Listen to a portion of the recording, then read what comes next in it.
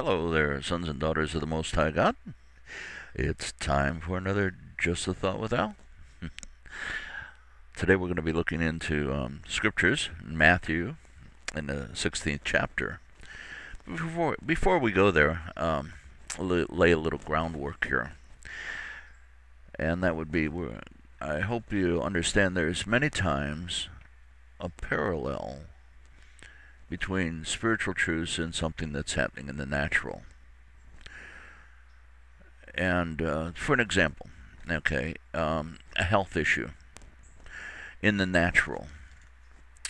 It's well documented and understood that in our society, number one killer in the natural is heart disease.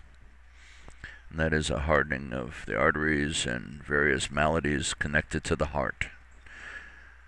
And it destroys life. So it is in the spiritual. The number one malady or killer that hampers and hinders and destroys is heart disease. I'm sure you've probably recognized it in people when they begin to have a coldness. You know that something's going wrong. And it's usually connected to the heart, because that's where we live out our relationship with our Father. So another area of parallel. One of the main problems in our society today, we hear it on the news all the time, and many people talk about it, is identity theft. And I see this in the spiritual realm as being something devastating to Christians when they don't know who they really are. And they fall into the trap of becoming works-oriented. I discussed that a little bit in another Just a Thought that you can see on our website, and that would be dealing with the issue of servanthood. Being a servant versus being a son or daughter. You can listen to that one another time, but right now let's go on with this. How do we know who we are? Over the years, I've heard so many people questioning that and asking me, stating things like, I just don't know what the Lord wants, and I wish I could feel closer to the Lord, etc. How do you know who you are? This is a little saying that I developed many years ago, and I use it oftentimes. And you're looking at this, you know me, well, then you've probably heard me say it many times, but it bears saying many times. And that is this. It's not about what you do, but what life is really about is who you are. Hallelujah. If you know who you are and whose you are, you have peace that passeth understanding. Jesus wanted to help the disciples to understand a little bit about who they really were and who he was in relationship to them. The way he went about this is pretty interesting. Instead of just telling them flat out who they are, the key is that the Lord wants us to find the answers, to enter into the truth for ourselves. Then we own it. It's not simply somebody saying it to us, but we have an understanding of it. It's sort of like in John 8:32 when he talks about the truth making us free. The way the Message translation puts that is, you'll know the truth, and then when you experience it for yourself, you'll actually be free. So Jesus, in the 16th chapter here of Matthew, asked the disciples a question, leading them into the truth. And he said to them, who do you say I am? He didn't ask them about who they were. He said, who do you say I am? And there were many answers given by various disciples. But then the famous quote from Peter And Jesus looked at him and he said, well, you're the Christ, the Son of the living God.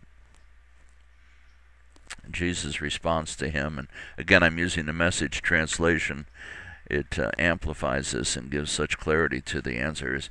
Jesus spoke back to Peter and said, right answer, but you didn't get that answer because you're so smart, or by the books that you've read, or the classes you've taken, or whatever else. You received that answer from my Father. He gave it to you as a gift.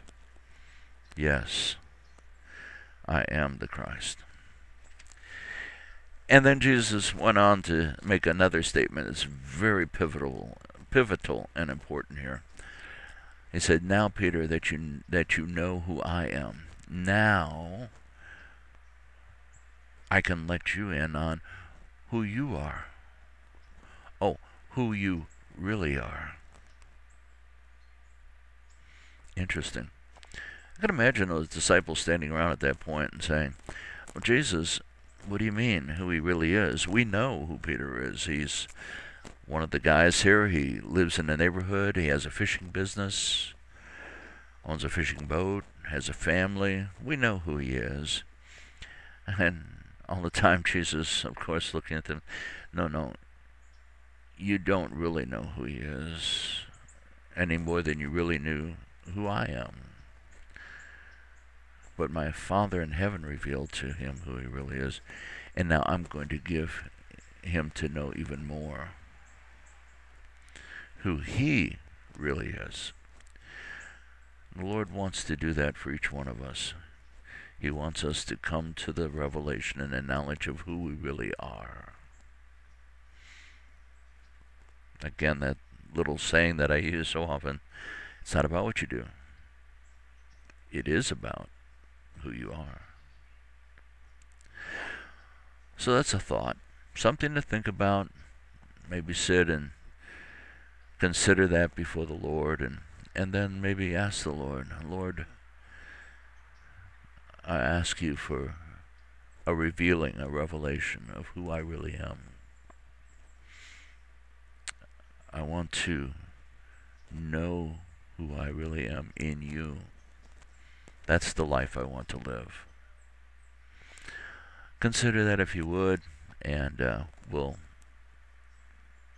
talk to you next time with another thought from Al.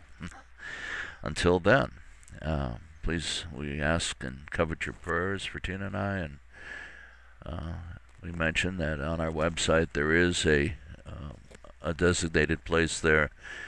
If you should feel led to help us along the way financially, you can click on there and make a donation to the ministry.